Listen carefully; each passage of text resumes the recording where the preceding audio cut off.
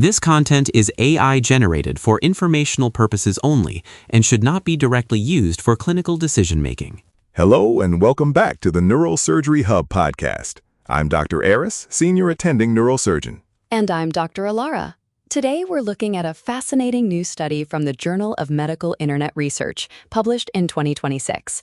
The title is The Real-Time Support Role of Augmented Reality Technology in Shared Decision-Making in Neurosurgery under the Segway Framework, Randomized Controlled Trial. This is a timely paper, Ilara.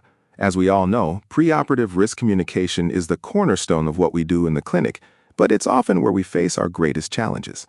Shared decision-making, or SDM, is essential, yet conveying the sheer complexity of neuroanatomy and specific surgical risks through traditional verbal explanations or 2D imaging can be incredibly difficult for patients to grasp. Exactly.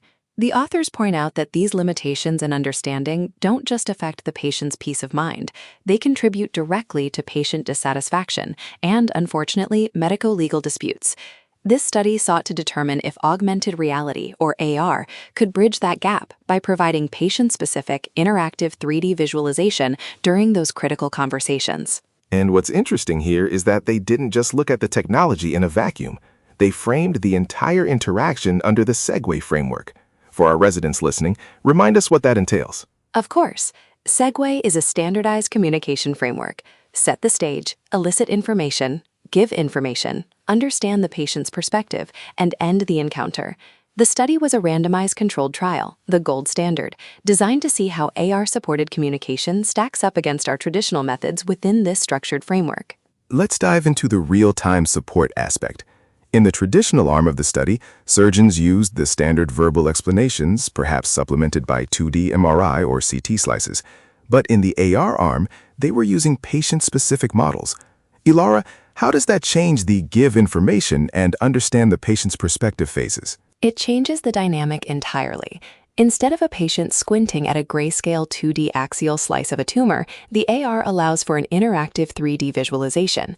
The surgeon and patient can virtually see the relationship between the lesion and critical structures, like the corticospinal tract or major vessels, in real time. The paper highlights that this visual support makes the give information phase much more intuitive. It's that interactive component that is the game changer. It's not just a static 3D print, it's a digital overlay that can be manipulated. When we elicit information or try to understand the patient's perspective, we often find that patients are afraid of things they can't visualize. By using AR to show exactly where the surgical corridor is, we demystify the procedure. Right, and the results of the RCT were quite compelling regarding the quality of the SDM process.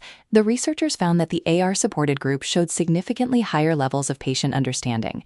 If the patient understands the spatial constraints we're working under, their expectations align more closely with the surgical reality. Which directly addresses the issue of medico-legal disputes mentioned in the abstract.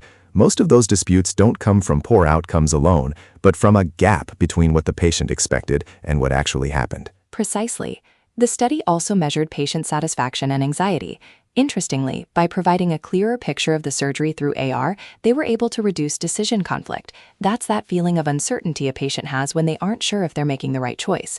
Under the Segway framework, the AR helped end the encounter with the patient feeling more confident in the agreed-upon plan. It's a shift from the surgeon being the sole keeper of the anatomical knowledge to a truly shared decision. I think for residents and medical students listening, the takeaway here is that technology like AR isn't just a fancy tool for the OR, it's a communication tool for the clinic. Absolutely. The paper concludes that the integration of patient-specific AR into the Segway framework provides a robust real-time support role. It transforms the preoperative consultation from a lecture into a collaborative visual dialogue. A vital evolution in our field. Well, that's all the time we have for today's deep dive into the Journal of Medical Internet Research. Thank you, Dr. Ilara. Thank you, Dr. Aris. We'll see you all next time on the Neurosurgery Hub podcast.